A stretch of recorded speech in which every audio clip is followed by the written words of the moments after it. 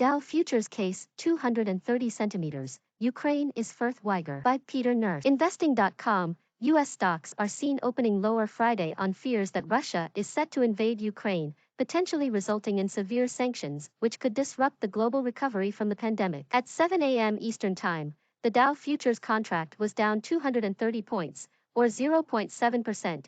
S&P 500 futures traded 33 points, or 0.8%, lower, and Nasdaq 100 futures dropped 140 points, or 1%. White House National Security Advisor Jake Sullivan said in an interview with CNN on Sunday that a Russian invasion of Ukraine could begin any day. The U.S. and several other Western countries have advised their nationals to leave Ukraine. The finance ministers of the G7 group of large economies followed up on Monday by warning Russia of massive economic consequences if it chose to invade Ukraine. Any further military aggression by Russia against Ukraine will be met with a swift, coordinated and forceful response, the G7 finance ministers wrote in a joint statement. We are prepared to collectively impose economic and financial sanctions which will have massive and immediate consequences on the Russian economy. This would likely mean sanctions on Russia's financial system, making it difficult for Western companies to pay for the country's crude exports and forcing them to chase supplies elsewhere, likely pushing energy prices higher. The main averages on Wall Street closed sharply lower on Friday,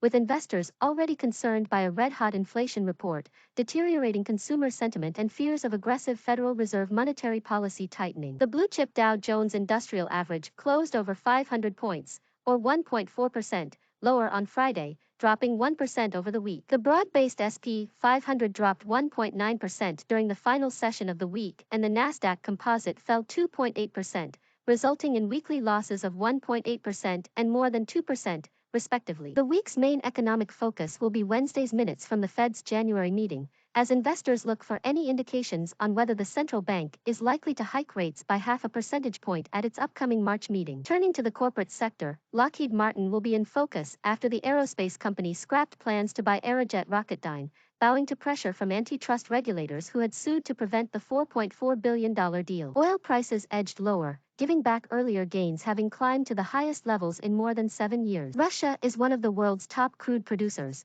and any sanctions on its output would disrupt the global supply, just as the Organization of the Petroleum Exporting Countries and its allies, including Russia, struggles to ramp up output to cope with recovering demand. By 7 a.m. Eastern Time, U.S. crude futures traded 0.2% lower at $92.92 a barrel, falling back after hitting its highest since September 2014, while the Brent contract fell 0.3% to $94.18, after earlier hitting its highest since October 2014. Additionally, gold futures rose 0.9% to $1,857.75 per oz, while euro to US dollar traded 0.3% lower at 1.1310.